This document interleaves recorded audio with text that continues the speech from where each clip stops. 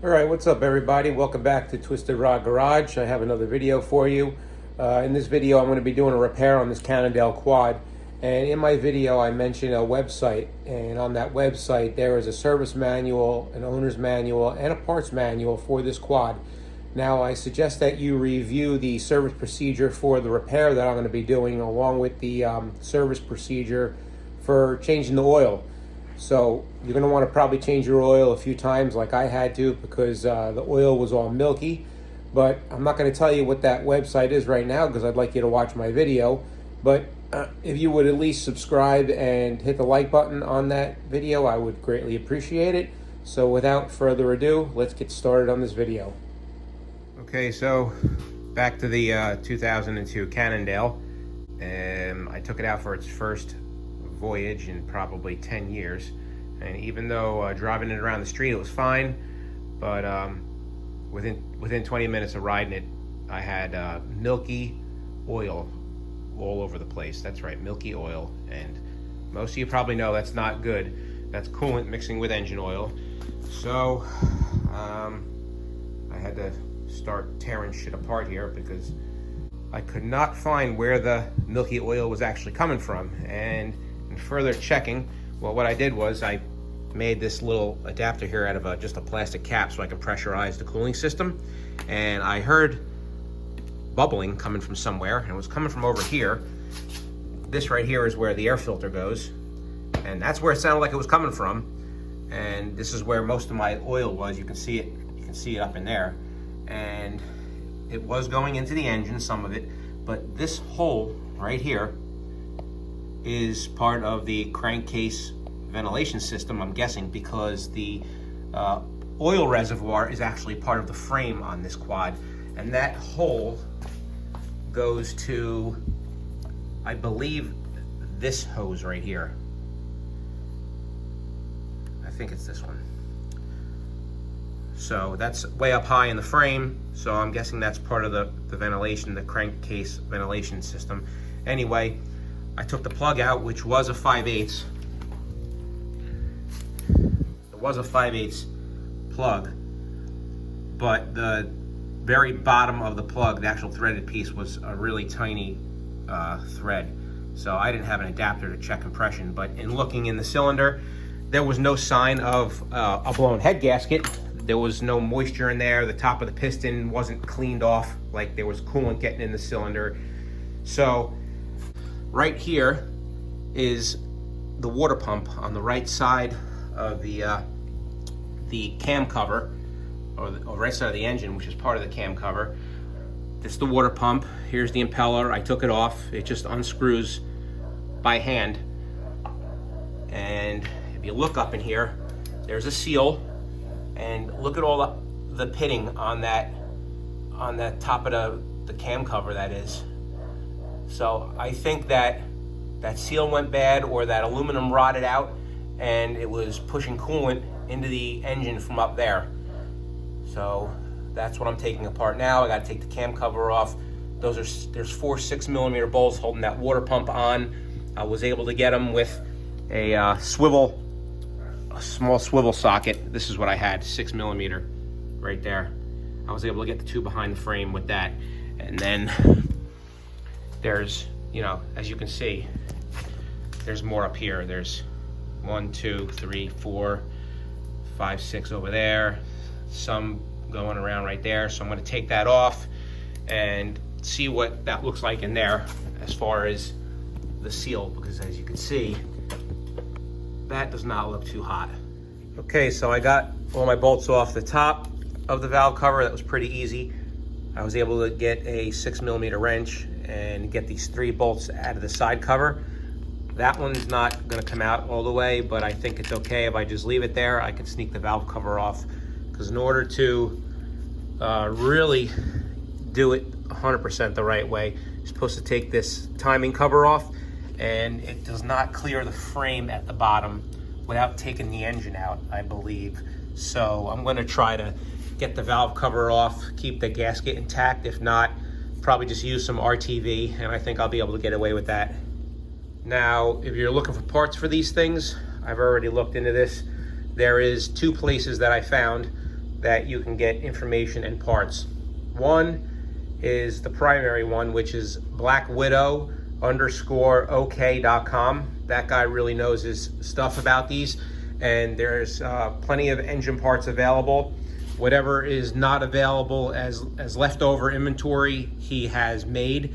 And then there's, by the way, that's in Georgia.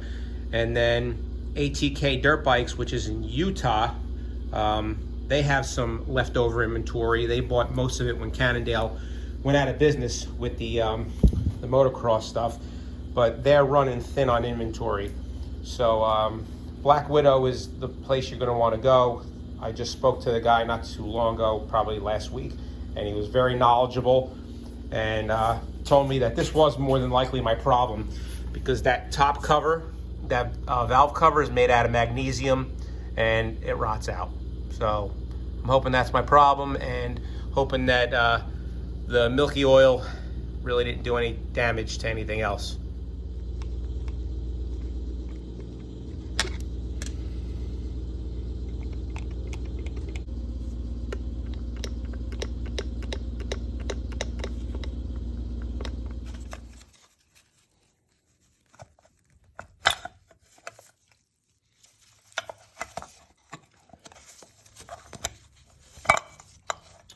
Really, this little guy is going to hold up the whole show.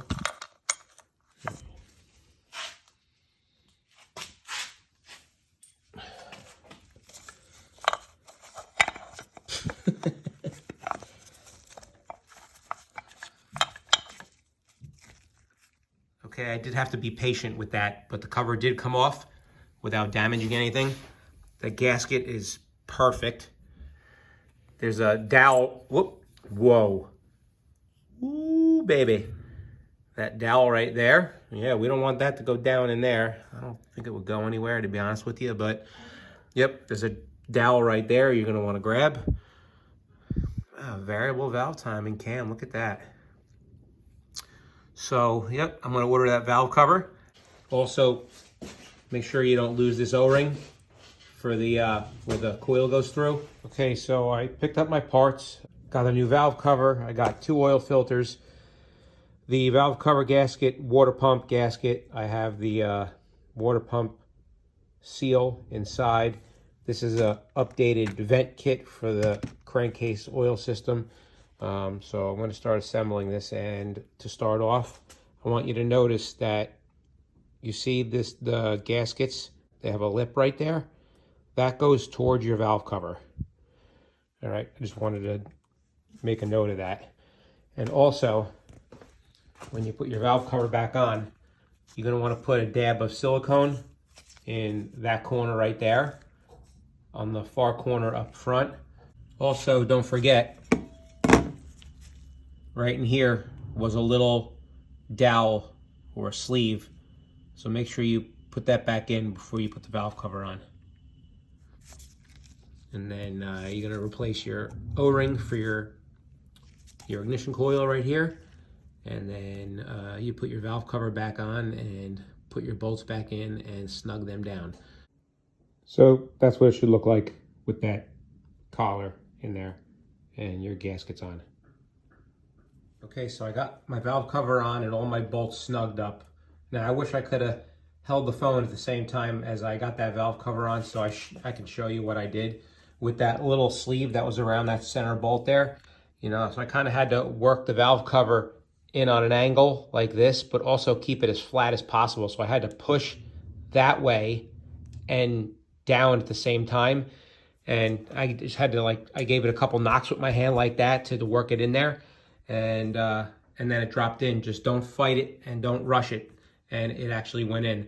And then when you tighten it up, you're going to want to tighten up these 3 bolts on this side first, because the silicone that you put here and on the other side is going to want to push the valve cover out this way towards the water pump, and you don't want to have this misaligned over here where the water pump's going to go. All right, and then I'm going to clean that out, and I'm going to put my my water pump seal in. Also, while you're trying to squeak that valve cover on, make sure you don't knock that O-ring off of where you seals for your coil. Okay, there's some heavy corrosion on the shaft where the water pump seal goes around, so I'm going to use a pick. I don't know if you'll be able to see it, just to knock some of the heavy stuff off.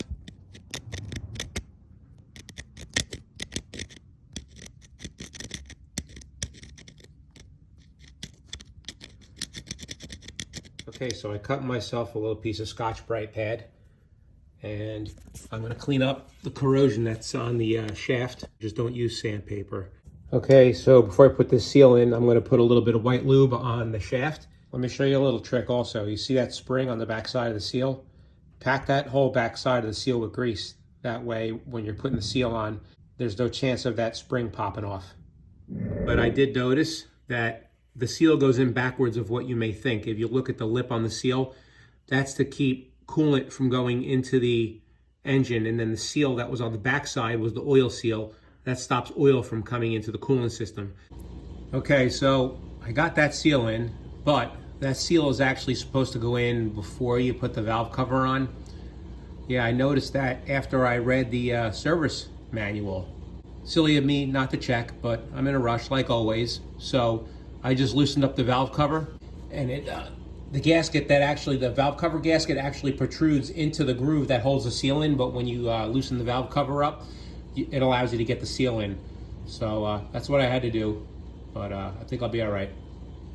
Okay, these two spots here where the valve cover gasket is, you're supposed to shave that down flush with a razor blade.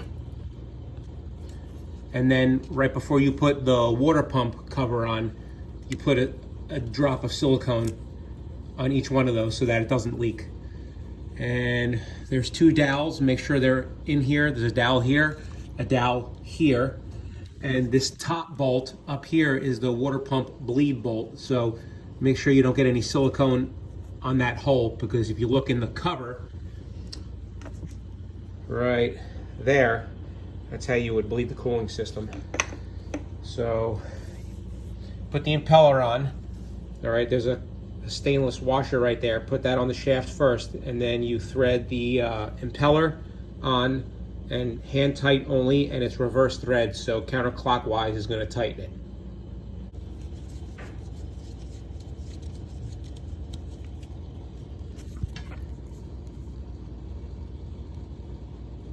Just like that. Okay, so I started cleaning all the corrosion and oxidation off of my water pump cover. And remember I was talking about the bleed screw? Well, that's this top bolt right here. And I tried to take the hose off of it, as you can see right there, and it broke because I wanted to make sure the passage in it was clear. So I don't know if you can kind of see through it. So the passage is clear now, and that hose just runs up to the coolant bottle. Then I'll order another one of these. And don't forget to replace your O-ring that's in here. This one is really stubborn, doesn't want to come out. You can see I was picking away at it right there. It's really hard. So, yep, get that all cleaned up and put that back on, like I was saying, with the dabs of silicone. Okay, you can reinstall your coil. My kit came with a O-ring to seal the top of it here to keep any dirt and moisture out. Put a little bit of dielectric grease in the tip there. It goes on the spark plug and around the boot on the outside, because my coil was very difficult to get out. Yeah, for the next time, you'll thank me.